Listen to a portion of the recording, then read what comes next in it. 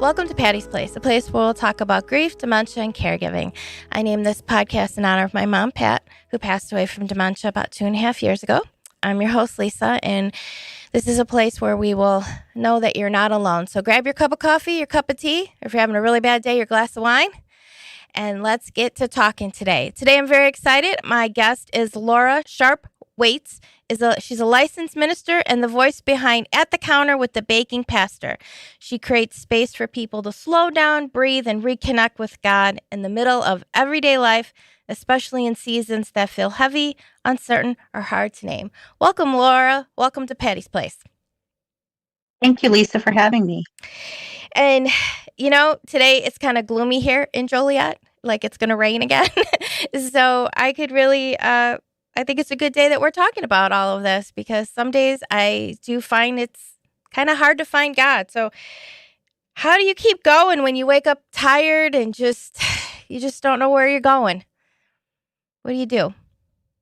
I suggest that you kind of take a inventory of what all's going on in your brain. Okay. Sometimes your brain's so full because you've got so much going on. Mm-hmm. And if you stop and pause and are willing to journal, I know some people prefer to do it on their phones, but there's an act of the coming from the brain down the arm to the pen to a journal where you can just kind of download all of your thoughts and it clears your head up. And then you can say, okay, what's going on?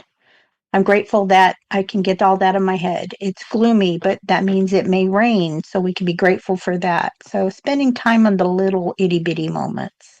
Which is hard to do, especially when you're caregiving or you're going through grief or a lot of things are going on because you feel lost in all of the big things. So it's hard to find those grateful moments for those little things at times. So how does somebody try to stay connected with God when you just feel really distant and fragile? Most times when people tell me they feel distant from God, it usually means they took a couple side steps. Okay. They weren't willing to work with God, give God their all, give the situation fully to Him. Like they would leave it at the altar and halfway back down the aisle, they'd kind of reach back up and grab it. And they're like, yeah, I'm not ready to let go of that yet. But I call it the power of Shiva arm. You just reaching for it and you don't leave it. But if you are away from God, usually it's because you stepped away. And so I usually just suggest get back into your Bible, do your devotions. But most of all, He's there to be our best friend. He's there. We can talk to Him all during the day, not just when we need something. Mm-hmm. So for me, I have time specially scheduled in the morning for coffee with God. My cat and I grab the devotionals and the Bible, and I try and juggle her and the Bible and the coffee cup, which get challenging sometimes. And then I talk to Him all during the day. For instance, before this podcast, Lord, be with us on this podcast. Allow what you want to be heard. I talk to Him all during the day. I laugh at myself and I'm thinking, wow, Lord, you're going to have a fun time with this today, aren't you? Yeah, some days, sometimes that's that old saying, if you don't laugh, you're going to cry, right? Yes. Yeah. So what do you do in seasons where, life just doesn't look the way you expected it to do?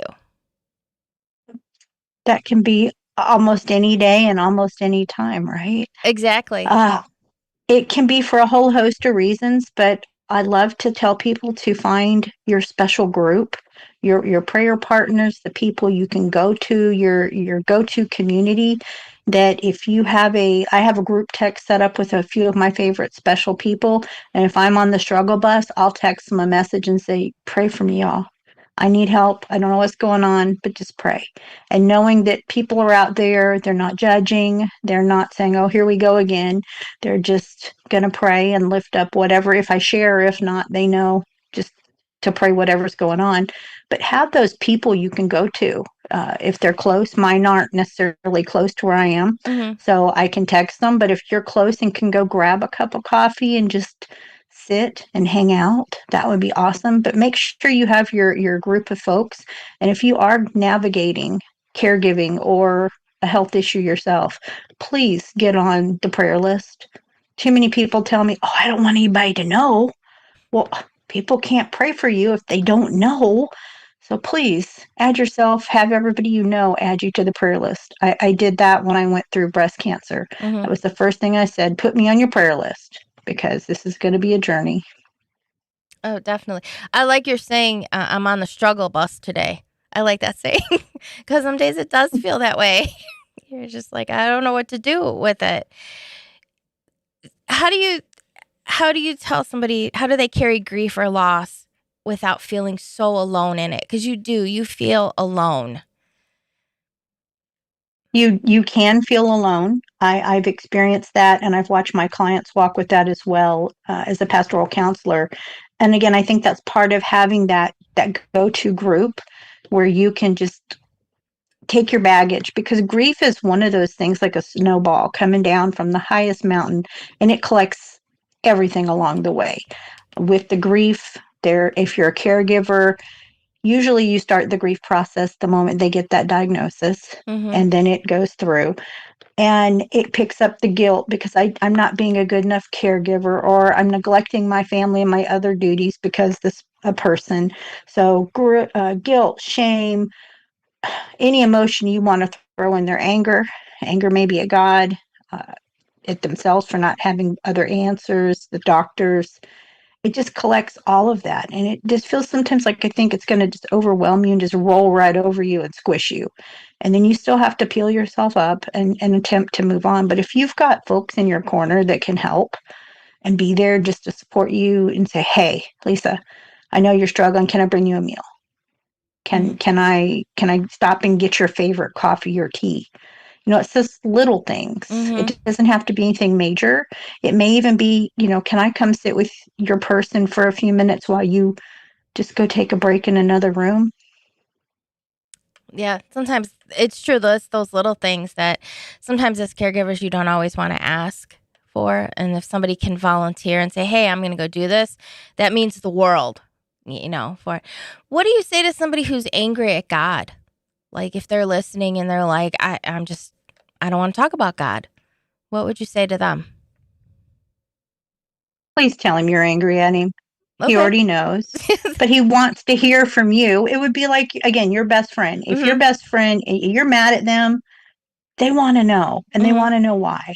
And they want you to pour out your heart to them, and God wants you to pour out your heart to him. He didn't plan the situation per se. He may have allowed it, Mhm. but he didn't purposely go out to hurt you or your person that you may be caregiving for. And it's okay to be angry. I've been angry at him several times. I laid on the living room floor when my first husband passed away, and the next day the ants got in the air conditioner and shorted it out. Oh. And the next day the well broke. It was just like I laid on the floor in tears, and I'm in Savannah at the time in Mhm. the summer. Oh, It is not no, not you good. needed air conditioning. Needed air conditioning and running water. Yeah. And I laid on the floor and I said, Lord, I've heard people say that you only give us so much, but I know that verse is not in the Bible. But I don't know where that came from. But I know you're either testing me or the enemy's testing me, but it's because I think I'm pretty close to more than I can handle. And I just cried out my heart and said, help, protect me, send me folks to help, whatever. And the next day, the guy showed up to fix the well. And unfortunately, he said, ma'am, I'm sorry. It's going to be 2 weeks. Ugh. And again, the Lord's like, tell him what's going on. And so I said, look, my husband died 2 days ago. I don't have any air and I don't have any water. I've got a hose from my neighbor's house and a cord for a fan. Mhm. And he said, holy moly, give me a minute. And he went and called every place within a couple hour radius to find the parts, Mhm. called in people and was able to get it fixed. Called his wife. She brought over a hot meal Oh. and just hugged me when she came to the door. And again, when you're going through something, you don't necessarily want to out yourself and, tell all Mhm. your business. But it was one of those things. It was like, okay, Lord, I'm going to trust you. You're telling me to tell, so I'm going to tell. And that was a really challenging time because I was very angry with every weird little aspect of what was going on. But I was honest. I told him, and he brought some answers and some solutions to the situations I was dealing with. So please don't make that wall permanent between you and him. Mm-hmm. If things are rocky, please step back together, fix it, apologize, just like you would to your best friend. Uh, my grandma always used to say that God doesn't give me anything that I can't handle, so therefore I can handle it. But I agree with you. Like, some days I'm like, okay, God, I've had enough. Why can't you give this to someone else right now? Or she always used to like to say, what doesn't kill you make you stronger. And it's like, okay, enough. you know, I'm strong enough. I'm strong enough. Can you spread the wealth type of a thing? Because it does feel that way. And I always joke that in an emergency, I'm fine. Like, I handle the big stuff. I don't like collapse during that. But my TV breaks or something, and I like just start crying. Like, it's the little things that's where it's too much. And it does feel that way, doesn't it? Or like one happens and then another happens, and you just like, I can't take it anymore with it. Um, Yeah. so how do you begin to notice God's presence in the ordinary everyday moments? Because when you have all this going on, you do get lost in those little moments. You will notice things like if you have a pet, they'll come over and nudge you Mm-hmm. and they'll just want to give you comfort. Maybe you'll find something you've been looking for a while. A butterfly will land outside or a bird on the ledge. Maybe I live in the country, so if I'm walking to get my mail, I may see butterflies or birds or flowers or clouds. And I stop and just take a moment and say, thank you, Lord. Thank you for bringing me outside to see the beautiful sunrise or sunset or all these pretty flowers, and just take a sec. And I even go way back. So if I'm looking at, we got rain the other day, a bunch of rain. We're kind of in a drought. And it Mm-hmm. was like, thank you, Lord, for the rain for our crops because the farmers need the rain. And thank you for the farmers who you've trained to do that. Thank you for the tractors and people who work on them. Thank you for people who created them. Thank you for truckers that hauled that food to our grocery stores, and just start spending time thanking him for all the things I do see. Mm-hmm. And it's amazing. It doesn't take much gratitude, but just a little sometimes is enough to get that struggle bus in first gear. I have read about that, and when I am able to do that, some days I'm better at it than others, but I do notice that when you take those moments and a little thing, like, I saw a cute dog today, thank you for that, or that, it does slowly, you do change I don't want to say your attitude, but like the way you see things for it. But it can be hard at times when you feel like it's that fine line of that kind of that victim mentality, and then knowing you can get through it, because you do feel very, very overwhelmed on some days with it, or you just feel Yeah. very alone and sad too, or angry, or sometimes you feel it all within like 5 minutes of each other with it. Mhm. So, what does it really mean then to try to slow down when everybody and everything around you is just pushing for more? Like, you feel like you're drowning. How do you find that slowness? Well, I try and remember number one, that culture kind of created that fast pace, Mhm. right? We've got TikTok, 30 seconds. We've got most TV shows. They come on, they state the problem, they fix the problem. Even with commercials, it's over in 30 minutes. Mhm. We can't wait 2.5 minutes for microwave popcorn. How in the world can we, where's our quick fix or our magic pill? Mhm. And unfortunately, most of the situations we're dealing with didn't happen overnight, and they're not going to be resolved overnight.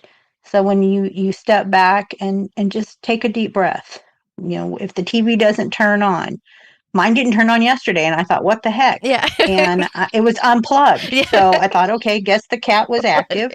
So take a step back, take a breath, and I could have, blown off the handle. Why is it not working? But I was like, okay, Lord, there's got to be a reason. And I looked, and sure enough, it was unplugged. But just taking a chance and pausing to see what's going on around you. Oftentimes other people have done things or said things or have triggered you. But if you can take a second and realize maybe they're not necessarily talking to you. Mm-hmm. They may be in generalizing or talking about someone else, but when we're already so tight with all those emotions, it can feel like everything's about us. But take a deep breath and think that through. Were they really saying that to me? Were they really being mean? Is this situation, is it going to be solved quickly? Or do I need to take a couple more breaths?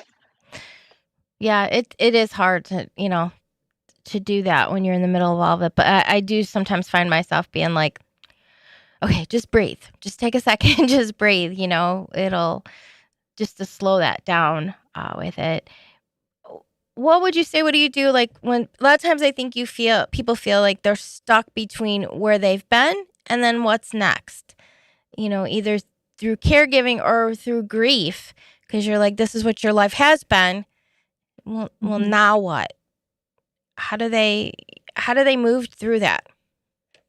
Well, first, they need to recognize that the grief is not just death. Mm-hmm. Grief is any change. So if they were caregiving for someone and they had a routine, if that routine stops because that individual passes, now they have the loss of the person plus the loss of their routine. Mm-hmm. And so if that person was a breadwinner, then maybe loss of income. And so you've got other things going on. So acknowledge what's going on in your life, if your routine changes. In most cases, it takes a bit of time to regroup and figure out what you're going to do. But you don't have to make decisions overnight. You can do it in little baby steps and just recognize what all you're dealing with at the time, because very rarely today in today's culture do you have just one loss going on. Mm. You usually have a several, and when you've got several, it can be compound or complex grief, and you need to figure out where all the components are coming from so you can address them and then attempt to find a solution through there. But if you try bulldozing right through, you're going to end up loading up that truck and having all that stuff with you. And I think a lot of people like to bulldoze through it because they don't want to feel in those uncomfortable feelings because they're not pleasant to feel. But I have found that when I try to feel what I'm feeling in that moment, no matter what it is, it kind of helps later on, you know, because I don't know, like bulldozing through it doesn't always really work. Well, Or, the bulldozing tends to be like the quick fix, right? I'm just mm-hmm, going to bulldoze right through it and I'm done. But God made us to be emotional. He gave us emotions and feelings, and we really do need to feel those. We need to acknowledge them, what we're feeling, how the impact it's having on us. And is it something we need to continue to deal with? And just because your person's been gone, somebody the other day's person had been gone for a year, and they said, "Well, I guess I'm supposed to be over it." And I said, there is no timeline on grief. It comes and goes. If you need to feel it for 2, 3, 4 years, it's okay. Just because the world has this idea that it's time does not mean that it's time for you. It should be individually figured out. that's very true. Yeah, everyone's like, oh, it's that first year. And then, yeah, you think, okay. And it's not, you know, um, it was my third Mother's Day without my mom. And it was still hard, you know, because it's like, even though she wasn't a big Mother's Day person, um, it still was hard because the world makes it all about that. So you feel it even more, for that, those different, um, those different milestones and stuff. They never go away with it and with how you're Yeah. feeling. What, how do you hold on to hope when nothing around you seems to be changing? Know that God's there and He's got a plan, and I need to be open to it. My word for the year this year was open, and Okay. it was to be open to Him, open to His plans. Meaning, if He says something, I don't go, yeah, right. But I'm like, I mean, I still say, really, Lord? You want me to do what? Okay. So I don't hesitate as much. So I'm more open, but be open to what He's doing and where He's leading you. If that particular season has closed, then He may have other plans for you, and it may not be sitting on the sofa in a dark house by yourself. It may be getting out there and meeting other people who have dealt with what you went through. I know when I went through cancer, I actually can now look back at it and say it was a blessing. I Mm-hmm. got to meet amazing people. I had so many people, especially in medical facilities, pray over me. And had I not had cancer, I would never have met some dear friends I have now. So even in the worst thing you could possibly go through, there's a glimmer of hope. If you know Psalm 23, Mm-hmm. even though I walk through the valley of the shadow, well, if you're in a shadow, you can't have a shadow without light. So if there's light, there's God. And that's what I hold on to for hope. It is sometimes. What do you say to somebody who's like, I get that, I hear what you're saying, but I just I can't see the light right now. It just all seems so dark. Assume that the light is there Okay. and it will find you, and find a buddy. And I say that because hopefully people have a support system. I know that there are people who are not. Mm-hmm. And if you don't have a support system, please go to my website and send me a message so that I can pray for you and check on you. I don't want anybody to have to suffer and not have people. Mm-hmm. It's tough enough when you've got people, and when you don't have people, it's even harder. But I would ask that person, what's going on that you don't have hope? What are you not seeing that's right in front of you? Because Mm-hmm. your focus may be on something else. Sometimes other things get in the way of what we should be. Did you have a good cup of coffee? There's hope that there's going to be another cup of coffee tomorrow, or two or three, depending on the Yes. struggle bus, right? Yeah. Depending on the day. Yeah. Exactly. So And yet, you just have to have hope. and you mentioned your website, so let's talk about that a little bit. So, your website is, I have it written down, bakingpastor.com, correct? Correct. So, if people go to your website, what kinds of things will they see? They will see some recipes in our blog. They will see some on Sundays. I do Soul Care Sunday. Their little posts to kind of make you think. I have blogs up there. I have, oh my gosh. Oh, on the homepage is a special edition Soul Pause journal. And Soul Pauses are what I have in my book and in my published journal. And people started asking for samples. So when I came on to start guesting, I created it. And it's a PDF and you can download it. It's right there on the front page. Okay. But there's prayers in it for different seasons that you may be going through. And oftentimes people will say, well, I want to pray, but I don't know what to pray. So Mm-hmm. I gave sample prayers, sample scripture that you could go to and check out for maybe noticing, or if you're different thoughts you may be feeling. So definitely go check that out, and maybe stay and listen to my podcast. Well, of course. Of course, they should listen to your podcast as well. And it's the Baking Pastor, correct? The podcast is At the Counter with the Baking Pastor. At the Counter with the Baking Pastor. So, where can they purchase your books as well? At the Counter is the name of the book. The Soul Pause Journal, correct? That is one of them. And Okay. the original book was At The the Counter. Counter Spiritual Recipes for Faith and Everyday Life. Both of those are on Amazon, and the Okay. links are on my website. Okay. I see them right here. So, and then you also offer some other. Oh, I see. You have different guides if people want to do it as a group as well, too. I have several churches right now on the East Coast who are doing this as a small group or a Bible study for their Sunday school class. And Mm-hmm. what's cool about the main book, the At the Counter book, is there's recipes in there. So as a pastor, sometimes I need to break because someone had a baby or had surgery, and so pot pies is one of my favorites. So I Oh. have the traditional from scratch, and then I have the shortcut, because sometimes you find out that they had surgery the day of Mm-hmm. or the day before, and you don't have time to do a full blown bake. But Yeah. there's cookies and soup and all kinds of comfort food. So what's been cool is the groups on the East Coast are actually making some of the recipes to bring and share, so that they feel like they're having community time together as they work through the weekly devotions. Oh, that's nice. And you know what? There is something about having comfort food. I believe that. You just feel. I know I pulled out my mom's. She had like a makeshift recipe book that she put together and stuff. And that for a while there, I was like making all of her recipes that she would she used to make because it just made me feel better. And she was the one that taught me how to cook and bake. So I was like, I felt close to her. There's something about it. You're like, you just need to feel that, and have the comfort food Yeah, with that. definitely. Definitely. So that's another way people can try to, if they check out your website and your book, they can maybe find a little hope or take those few pauses to be able to maybe feel a little bit more connected with that.